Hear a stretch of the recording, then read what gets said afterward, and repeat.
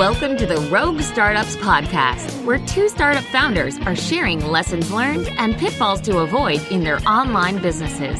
And now, here's Dave and Craig. Hello, and welcome back to the Rogue Startups Podcast. I'm your host, Craig Hewitt. This episode, I'm joined by Rob Walling. I think most folks who listen to this podcast know of Rob from his own podcast, Startups for the Rest of Us. Rob's also the former founder of Drip, popular email marketing automation platform, and now runs the TinySeed accelerator program. Rob and I have podcasted quite a bit, as I mentioned in this episode, either on Startups for the Rest of Us or in the TinySeed Tales series that he kind of featured Castos' evolution through the batch one of the TinySeed program. In this episode, I chat with Rob a bit about kind of what's going on and what's new with TinySeed. They're in their second batch and second year of the program now. And like all of us, I think Rob is learning as he's going about what's working, what's not, what things to look for in companies and what things are really working for those companies. And now he's kind of seeing two of those cohorts. So he's seen batch one, now he's starting to see batch two. And particularly in the end of this episode, we dig into the things that he's seeing consistently between batch one and batch two companies that is providing for this really kind of hyper growth scenario. So stay tuned for that right towards the end of the episode. We also talked through a bit of a mental exercise of what if Rob hadn't sold Drip? So, Drip was a really popular email marketing platform, and Rob exited it 4 years ago. I didn't know it's been that long. And for those of you who have listened to the podcast for a while, you know that I'm kind of fascinated with this question of like sell or don't sell or lifestyle business or take funding. And all these questions I think are questions we should always be asking ourselves of like, what do I need and what does my business need right now and why?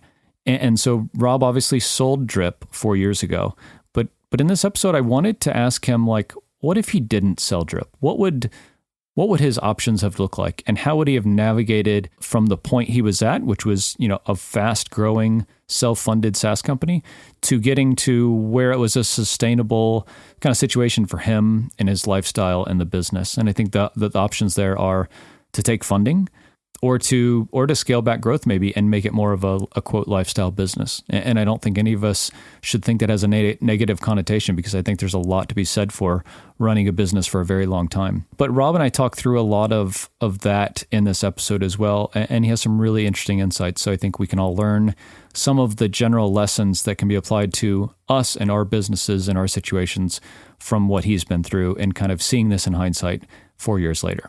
I hope you enjoyed this episode with Rob Walling.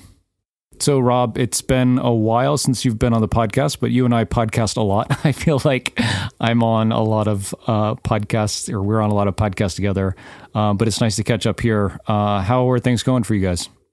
Oh, in general, they're pretty good, man. It's nice to chat with you again. We haven't talked in a few weeks. But yeah, the COVID kind of quarantine stuff has eased up. We're in phase 3, which for Minnesota means everything is open in essence. Like the restaurants are open, but it's at reduced capacity and you have to wear a mask unless you're eating. And even like gyms are open, but they have pretty stringent requirements. And a lot of businesses are choosing to stay closed still, to kind of see what happens. We have not had a flare up here in Minneapolis, knock on wood to date. I know that there are other places around the country and I was going to say around the world, but mostly just around the United States that are... It's just Florida. You can say it, man. Being a Florida native, it's okay. Isn't it Arizona? There's just some places that really are having some struggles still, so... Yeah. I mean, so for reference, we're recording this kind of towards the end of June. So yeah, I mean, it's scary to watch on the news. My folks still live in Orlando and they're pretty much back in lockdown now. So it's like, that was for me always like through all this, that was the thing, as I said, if people have to go back in lockdown after getting out, they're going to be tough. I mean, literal riots. And I don't know that we're there yet, but yeah. Well, and things are going much better for you over in France, right? You were telling me your people's kids are back in school and it sounds like everything's man, open. We're having pretty much everything is, quote, normal. I feel like the shit we went through in the quarantine is worth it now because we're on the other side for the moment. Who knows what'll happen, but yeah, for the moment, it seems like the quarantine was worth it to get the the freedoms that we have now. Yeah, very cool. I think I was talking privately to somebody, but I'll share on the podcast because people ask me a lot about TinySeed and what the experience was like. And it's been weird to not be in TinySeed anymore. Just a couple of weeks now that we've kind of wrapped up the first year's year, I guess, the first cohort's year. And I'm having a bit of withdrawal from like the connectedness that we had within the group. So it's kind of interesting, but I think a lot of people that listen to this show are interested in kind of what's going on with TinySeed. I know you talk about it on Startups for the Rest of Us a fair bit. But I would love to hear, how things are going with Batch 2 and kind of how you and Einar and Tracy are feeling about everything. Like, yeah, just love to hear kind of the latest. For sure. And Craig, you and Caspas will always be part of TinySeed. Maybe you just won't be in an active batch, right? For better or worse. Yeah. So you're in Slack and you're an alum and I know that folks in batch 1 are still connected and interacting a bit, even if, there were some mastermind groups that formed and others probably won't stay together. And then I think that it's been really invaluable to be able to pull, I'm not sure this occurred to me at the start, but it's been valuable as batch 2 companies come in to be able to say, oh, you need help with that? Well, yes, we do have a mentor, but we also have a batch 1 founder who did exactly this 8 months ago. So I'm going to give you what I told them, because there was like an example as like hiring a customer success person, like your first customer success person. And so I had done a brain dump for someone in batch 1. They went off, they hired successfully. They now have a job description. They have their process that they took mine from 2015 maybe 2014 I did with Drip and improved it. It's more modernized and just a better thing. So started with me, was improved, and now a batch 2 member is basically able to get advice, about how to do something better. So that's been kind of a cool, I think, side effect of it. And that, of course, we always hear about the YC alums and how there's a huge network there. See, I went to public school. I went to public school all the way through college. And so being an alum was never a thing for me. But now I'm starting to realize the value of going to one of an Ivy League school or something. I think when I was 18, no one in my family, aside from my brother directly older than me, had ever graduated from college. Extended family, my parents, anything. And so I just kind of went to a college that was close to home and was not super expensive. But now realizing, oh yeah, you graduate from Harvard or Stanford, like the cohort that you're in there, I think, I finally get that. Yeah. I mean, especially graduate school. I think, that place you get the last level before you get placed, I think is really where that network comes in. Yeah. Business school or master's programs or whatever. Yeah. And like I was saying, and you totally hear about that in Y Combinator. And now I see, oh yeah, that's going to be a thing with TinySeed, like the batches, the alums and the network of being, saying, oh, as part of TinySeed batch 1 or batch 5 or whatever, I think is going to be a big thing. Well, I'd love to hear, how things are going with the second batch and as much as you can share about kind of what you guys have learned or maybe are doing different this time around. Yeah, absolutely. So the second batch was interesting in that the application process was a lot. We improved it. We improved the mechanics of it because the first one was very much an MVP, a no-code slapped together MVP that was pretty brittle, I'll say. And it was like a Google spreadsheet with it. It was hard to sift through and hard to rate and do all that. And so we had Tracy research and try to. For those who don't know, Tracy's our program manager for the accelerator, and she researched and found a tool that helps with that. So that alone made it a lot more efficient for us. So we started improving our processes. That was cool. The second thing was we really didn't have to bang the drum as hard to get we got more quality or more companies that were higher quality, further along, more traction, just more, I'll say a better fit, more investable probably is an interesting way to say it. I think it depends on how you count, but around twice as many companies from about, give or take, the same number of applicants. So it was a very interesting thing. And I think that's one part of we honed our messaging a bit.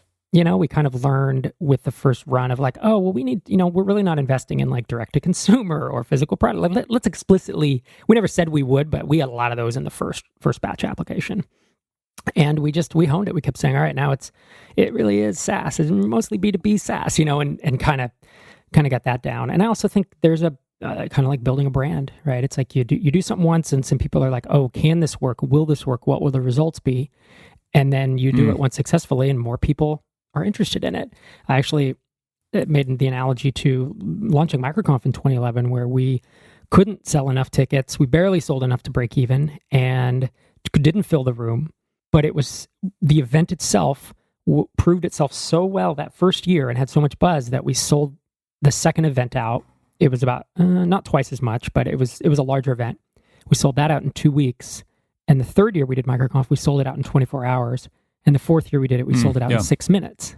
And there was no additional effort. You know what I mean? It was still just an email list, and we sent an email, and you build this momentum and this brand and this, I think this headspace that people, it's a trust, right? Of like, oh, this works, and this is something I want to be part of. I wanted to shift the episode to kind of maybe it's a hypothetical question, but I think there's a lot of practical mindset and kind of strategic things that we can pull out of this. And the email that I sent to you a few weeks ago was, hey, Rob, I would love to do an episode that was, what if I didn't sell drip? And the idea here is your kind of life and career would have taken a really different trajectory if you would have kind of kept the company and grown it. And I think that like where you would be today maybe is not as interesting as like, I would love to start around the time when you entertained the idea of like selling the business and kind of like what things looked like and why you thought, raising money or selling the business or something like that was maybe a good move. Like, I think that's a good place to start, because I think, and this is a really long preamble to this question, but I think that the thing that kind of triggered this in my mind was the episode that you and Jordan did recently, talking about when you get past this traction and like growth to like breakout growth. Like when you get into that phase, it seems like, and we're not there, but it seems like a lot of things change in your business with how you operate and how you grow. And I guess that's the start question, is like, is that like being in that phase of the business, is that really what kind of brought some of this decision to do something different with the business on? Yeah, I think it did, because as the business changes, you just have to constantly be evaluating, what does the business need now? And I'm actually pulling up, I forget what I named all the stages, but I'm pulling that up now. Yeah, I guess stage 4 was like escape velocity, and that was from about 20K of MRR up to like 83,000 of MRR. And then scale was around 80 to 200K. And it's a give or take. I mean, Jordan and I were, these are loose numbers. It depends on how fast you grow and all that. And then company building, we put after, about 200K MRR. And at each of those stages, you just need something so different. And with Drip, when we hit around, like, so Drip was funded with revenue that I was pulling out, or profit I was pulling out of HitTail. And I wound up putting about 150 to 200K into the business, because it was just so competitive to get it started. I bootstrapped all the stuff, but a lot of the business I had started earlier, I'd started with so much less funding. And this, in essence, was, self-funding Drip in a really hyper-competitive space. But we hit a point pretty quick, and it was in the 30, 40, 50K MRR range where growth started accelerating faster and faster. And we were pretty severely hampered by money. Like, more funds would have been able to allow us to probably hire faster was probably the number one thing, because I was hiring quite slow. I was hiring to revenue, because once we hit break even, I was like, man, I don't want to dig back into my personal savings to fund this more. And this is a viable business. And it's obviously successful, but it was tough. And like one of the, some of the hard parts are like, you can only hire junior people, because I didn't have the patience to wait 3 months to have enough money to hire a senior, whatever. So I would wait 2 months of growth, and then I'd hire like a junior to mid-level, but then we'd have to kind of train them up. And so there was that. And there was, I'm trying to even think, like Amazon servers, we could have, our hosting bill, I had to pay way too close attention to that. And we had a ton of competition, and people were growing quickly. Oh, it was even like ad spend. Like, I couldn't spend as much on ads or on marketing as I would have liked, because we just didn't have that leeway. So you guys were, at this kind of $1 million ARR, give or take, right? And even then it was not enough to kind of fuel the resources that you needed in the business to continue like growing on that path. Is that right? Yeah, I mean, it was enough. Like, we were growing fast and we would have continued. It was, we'd grow for a month or two and then we'd hire and go back to break even. We'd grow for a month or two, three, hire, break even. And I was like, man, well, I could really use like 3 or 4 hires right now to scale this thing up. Or I could really use, the funds. I'll tell you the other thing. I mean, it's related, but I didn't hire, we were at like 10 people when we got acquired. I didn't hire any like internal, like non-revenue focused people. And like developers, I consider they're building the product that's going to generate revenue, customer success, sales, all that's going to generate revenue, and support is going to keep customers around, which, these aren't direct revenue connection, but they're all product-based things. We had no internal, we had no HR ops, office manager is what they used to be called. And so I was doing all of that. And that's the other thing is that was kind of it was a mistake, but I knew it at the time, but I felt like I don't want to spend the time right now to hire someone and the money on this role when I really want another developer or I really want another customer success salesperson. That will generate more money and then I'll fix this later. And it took a toll on me as a result because I wound up doing, I don't know if you've seen Jason Cohen's talk he had a talk about burnout, but he's like, as founders, we can do a ton of things. There's this big circle, but like a bunch of these you don't like to do and they will lead to burnout, so you have to Venn diagram that thing of like, what do you actually like to do, and then, and that's where I found myself was like, this isn't as fun as the past businesses I've built, and it's growing really fast and this should be exciting, but it's actually very draining. And I find myself being tired and depressed all the time. Interesting. I know you've said before, like that you never like regretted selling. Do you, and the answer I guess kind of has to be yes, but do you ever think about that in the lens of if you would have kind of managed the growth of the business and the people on the team to where you didn't burn out, that your considerations around selling would have been different? I've thought about it a little bit. There were more factors. The answer is I'm not sure. There were more it's tough factors. To know, right? Yeah, it's hard to know. I mean, there were more factors than just, I'm burned out, I need to sell the business. It really was, I felt under-diversified. I had worked since 2000 and really about this was, I'll put dates into perspective. This was like 15 years into my career. And I had pumped every extra consulting dollar, everything that was not in our house or in our cars was in all these businesses. And I had this diversified portfolio in 2009. And then I just kept going. I kept pushing more and more chips into a smaller and smaller pile. And that became Drip. And pretty soon it was like, okay, so now I have a podcast with Mike and MicroConf and Drip. And all of my net worth, aside from like, some retirement savings, is literally stacked in this business that if I sold it, it's enough money that I don't have to work again. But it made me nervous. It made me nervous, especially with, there are things, I mean, when you're running an ESP, it's like Russian spammers get in one night and they send things and it burns all your IPs and they all get blacklisted. And then SendGrid or your other provider calls and says, we're going to shut down your account. And you think to yourself, wow, this it never did. This could go to zero tomorrow in a big way. Or the competition. I mean, I don't need to list off the number of ESPs. You and I could probably name 15 off the top of our head, and there were hundreds more.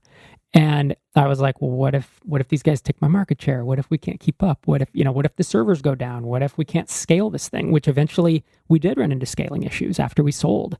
And it would have been really, really hard to overcome those, I think, without either a lot of money to hire developers or after we sold, they of course had venture capital and were able to fix them. So there were other factors than just, not enjoying the job day to day. And I did enjoy, it's not like I didn't enjoy the thing the whole time. I mean, it was 2.5 years from like when Derek and I started it to when I got the first email about, not really the first, but it was the first kind of viable email of like, hey, we want to acquire you. And then it was another year, 12, 13 months after that, till it sold. So it was about 3.5 years in. And I'm not saying I think part of the part, when I think back, your memory's fuzzy, like part of it is that I was dealing with an acquisition during the last 6 months. And so I was burning out even more. And so that kind of taints my memory of things. Cause I know that there were times in 2015 that were just fine, but it was on and off. So yeah, there were definitely more factors than just not enjoying it. Yeah. I guess kind of going back to my original thought around this, and I'm sorry I got us derailed a little bit there, but like, what if you didn't sell, right? So the options are to sell, to raise a bunch of money, and kind of in that way fund the trajectory of growth that you want, or kind of flip it back to a bootstrap lifestyle business, and not in a negative way. Like, it's not a negative connotation. What do you think those paths could have looked like? Because and the reason I ask is I think there's probably people out there who are at this point of saying like, it's about time to do something with this, right? And you have like these three options. One is just kind of let it run. One is to raise a bunch of money and really try to go for something big. And the other is, I probably need to start aligning with somebody to get acquired or partner or merge or whatever.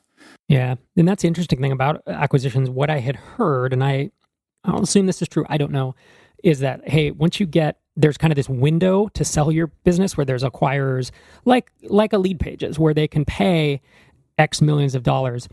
But if you double or triple in size, the multiple, they can no longer afford you. And so I heard there was this valley that once you crossed it, you had to get to the other side now. So then it's like, okay, we got to do this for another 2, 3, 4 years to get to the other side where now people have the money. So that was another factor that I wanted to throw in.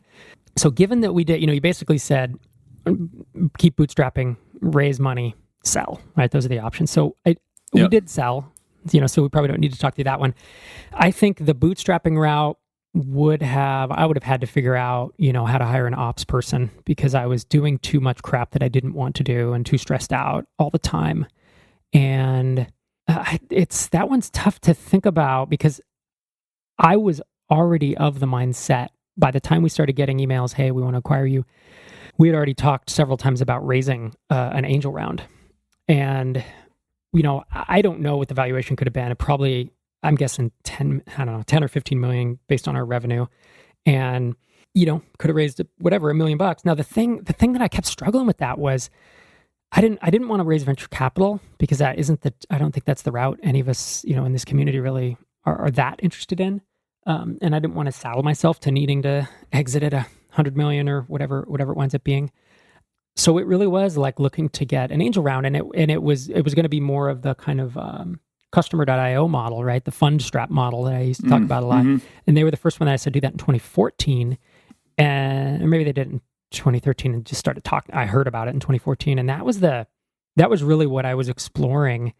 But I got to be honest, it's laughable today for me to say this, but like I didn't really know how to do that very well. And it felt like a ton of work, and it felt like more complexity than I would have liked. Sure. In retrospect, I actually think I could have emailed the people in my network, the former microcomp speaker, just the people, that I know, the founders and the whatevers, and probably raise that round pretty quickly with knowing what I know now. I think it wouldn't have been that hard to do. And I think raising $500,000 to $1 million at that point would have alleviated so much stress. And, once we got acquired, then we had a lot of money in the business, right? Because Lead Pages had raised $38 million in venture. And I saw the difference that made. So now looking back, I think, I actually do see how I would have done things differently. And maybe that's with the virtue of hindsight, because once we got in Lead Pages, like, oh, they do this stuff so differently. Like they hire senior people and they have a full-time recruiter on staff so that, the developer managers don't have to do that. And they have specialists instead of these generalists, and on and on and on. They just did stuff so differently than what we were doing, and they do it for a reason. Yeah, it's interesting, man. I mean, something that I've seen you talking about at the very beginning, kind of self-funding with, a significant amount of money to really get off the ground. And I think we hear this from other people, I didn't pull any money out of the business, or I didn't pay myself until we were at, 30K MRR or something like that. And that, like, to me, that, or like I did, I didn't take a salary from Castos for the first year, probably because they had Podcast Motor running on the side, or consultants or whatever. And I think a lot of people who are just starting out think like, I'm going to honestly bootstrap this thing and not take money from somewhere else. And that's a fallacy, because the money has to come from somewhere. You can't just decide today I'm going to start a SaaS and make any money in the first year. at least. And I think 2 years before you really are getting somewhere. And I do think that as you get bigger, it kind of comes around again to say like, okay, we're at this point, 30, 50, 100K or whatever. To get to that next point, something else has to change is just what I'm hearing from kind of being in the space is like, yeah, what got me here isn't going to get me there, like to that big next level. Is that kind of what you're saying? Yeah, I think so. I mean, I wouldn't say across the board. Obviously, we see companies bootstrap to, we can name 5 examples of companies that bootstrap to 20 million or 100 million or more in revenue. So it's definitely possible. Yeah. I do think it needs a certain confluence of events. I talk about hard work, luck, and skill. I do think there's definitely skill involved and there's definitely a lot of hard work, but I also think there's a notch of luck in there that maybe people don't see if they're not on the inside to become a Basecamp or a MailChimp, So yeah, I think, and then there's also this whole other type of app. Like I had Hittail at one point doing 30K MRR, and it was just me and a couple contractors. Well, that thing threw off cash like ridiculous. I don't 25 grand a month in like net profit or something. So there are apps like that. So don't think that in order to grow that, you have to take raise funding or maybe, Hittail really wasn't going to become a next level app, right? The space just wasn't that big. The need for it wasn't that big. But if you are in a pretty hyper competitive space or a space that is growing quickly and your app is growing quickly, then there does come a time where your growth will be hindered by the lack of available capital. It's just a fact. And you will have to decide if you are interested in capturing that growth. And that's really it. And if you do, then you want to raise some money and pump that into growth. This is not raising to build a social network. This is not raising before you have a product that's a huge gamble. This is raising on a B2B SaaS app that's, let's say, doing $500,000 or $1 million a year, where you probably have several proven acquisition channels, and it is literally like pumping $1 into a slot machine and getting $1.50 or $2 back every crank of the handle. That's how I think about a SaaS at that point. It's so predictable and so repeatable. And if you're not there and you're kind of fumbling along, well, then personally, I wouldn't do it at that point, right? It's when you're still trying to find those channels, I would say, well, you haven't reached escape velocity yet, and so don't raise. But yeah, that's I guess how I think about it. Yeah, it's interesting.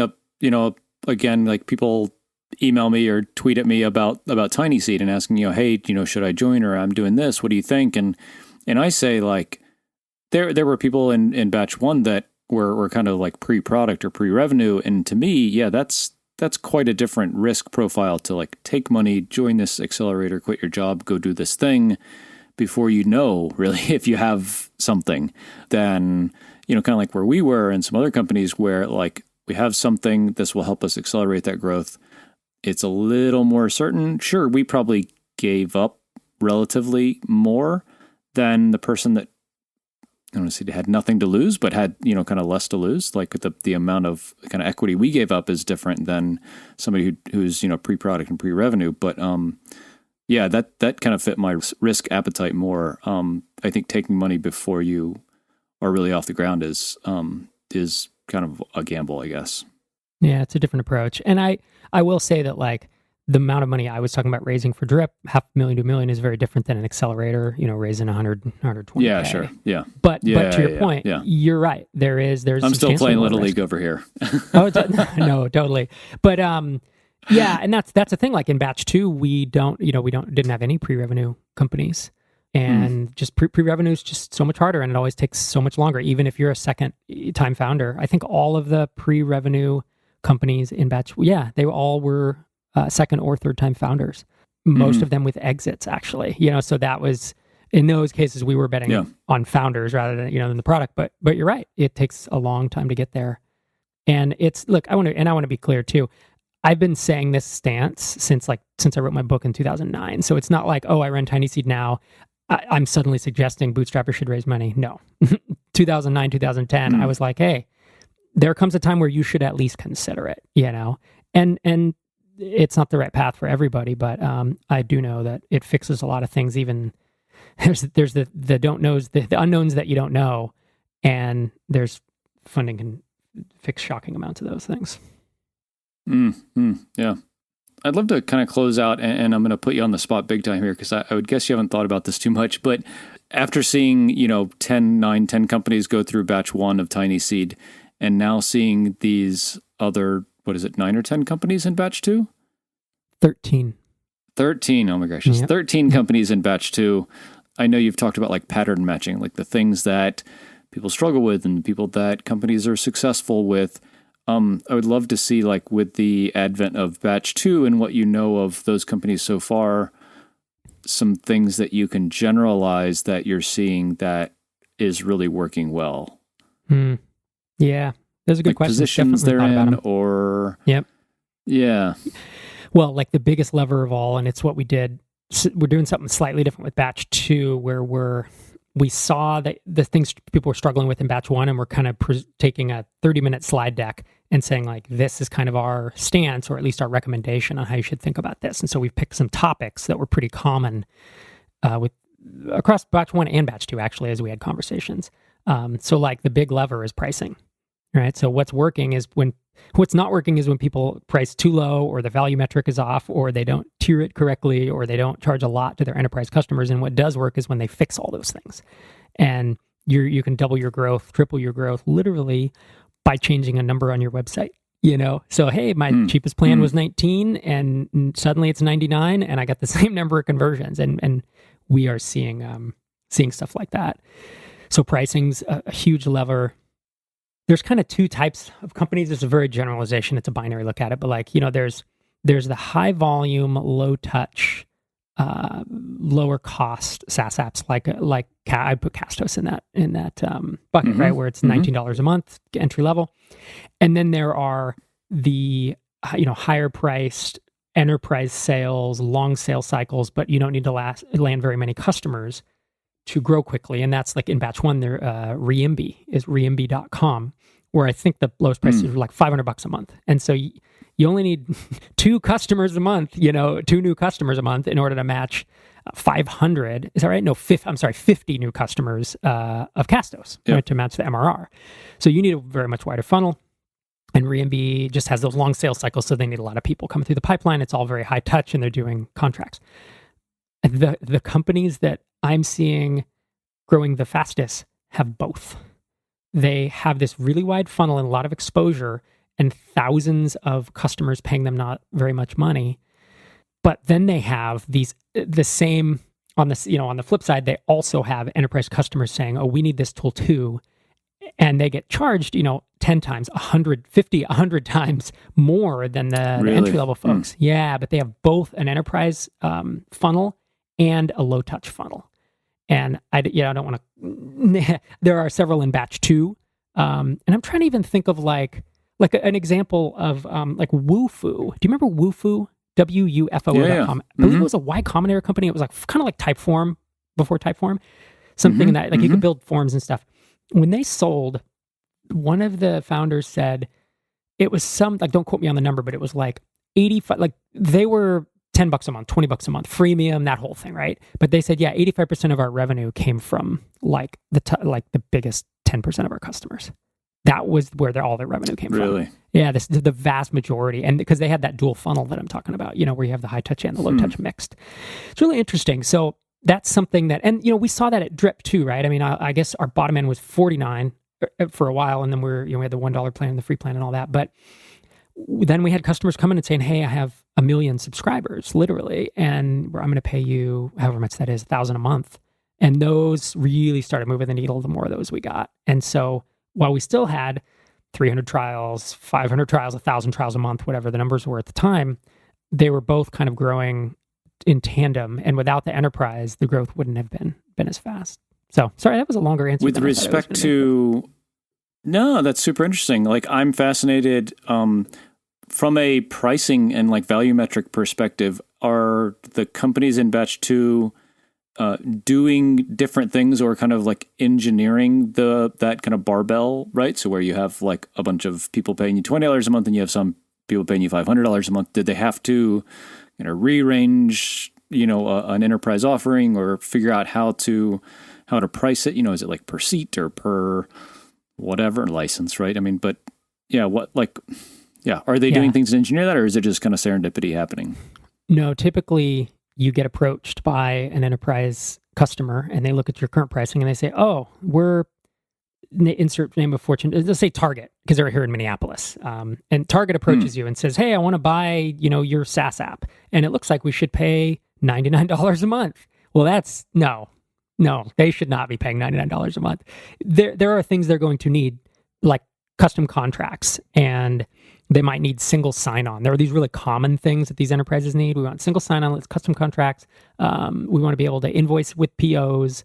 We want to have integration with, Salesforce or with big ERP system. Like any of these things, the moment that these should be trigger words in your head of like, they should pay 50 times what our normal customers do. Because it's going to be a 6-month sales cycle. There's going to be security audits. I may need some type of ISO certification. I'm going to need to go through procurement. Instantly, that's why they should pay more. You're not ripping them off. It literally is a pain. It's that much more of a pain in the ass. It's the pain in the ass, a premium to deal with larger companies, and they can afford it and they will get the value out of it, So oftentimes that's what it is. So you do engineer it, but usually, I mean, there's examples of this, like look at, Tuple, Ben Ornstein's company, like look at their pricing. They basically have, I think it's $25 per seat, or the moment you want single sign-on, custom stuff, a lot of the stuff I just named, which we're seeing in the batch as well, then it's, it's double the price or something like that. And frankly, it should probably be more than that. But it is what, I guess if they had, but it's also per seat. So that actually, I'm sure. I mean, that was something that I was kind of trying to get at and think about is like, are these big ticket customers, like you mentioned, like at Drip, 1 million subscribers, like that's just usage based, or Tuple is per seat. Like for us, I guess it would be like downloads or bandwidth or something like that. Is like, I think about all this as kind of usage based plus all of that stuff, right? Like the single sign-on and ISO and all that. So is that kind of it? Is that like, if you want to be in this bucket, if you're a heavy user, we will give you all of this stuff and you'll pay a premium for it. Is that kind of the recipe? Yeah, pretty much. Yeah. I mean, you just need to call us on the right-hand side that has a few things that you don't include in any of your other tiers. And like you're saying, usage-based or value metric, those are equivalent things, right? You have a metric where they get more value, like subscribers, or podcast downloads. That will go up linearly often. But if once there are certain features that people need, that implies, they're a different type of consumer. I mean, an example in podcasting is like, I'm sure with Castos, you have people doing like fly fishing podcasts, or comic book podcasts or whatever, and they are super price sensitive because it's a hobby and they probably will never make money from it. So to them, $10, $20 a month is actually a substantial investment. Then there's let's say you and I, Startups for the Rest of Us, TinySeed Tales, Rogue Startups, and your audience podcast. Like $20 is nothing. So for us, so like, would I be willing to pay $50 to $100 for my podcast hosting as long as I got more stuff out of it, features mostly? Yeah. Or bandwidth or whatever. Yeah, I would. I mean, that's where my price sensitivity goes. And then if Gimlet Media approached you, should they pay 50 or 100? No, they should pay you 1,000 or 5,000 or some substantially higher number. And a lot of companies, so those are just 3 buckets, and every business won't have 3 buckets, but that's the thought exercise you go through is like, I should at least have 2 buckets, but oftentimes there's like 3 or 4. And that's where you have the hobbyist plan and the pro plan and the enterprise plan. They almost name themselves because you and I are pros, or maybe it's hobbyist, business, and enterprise or something like that. But it once you understand your business and you see how people are using it, it does become easier. It's not a custom thought process each time, if that makes sense.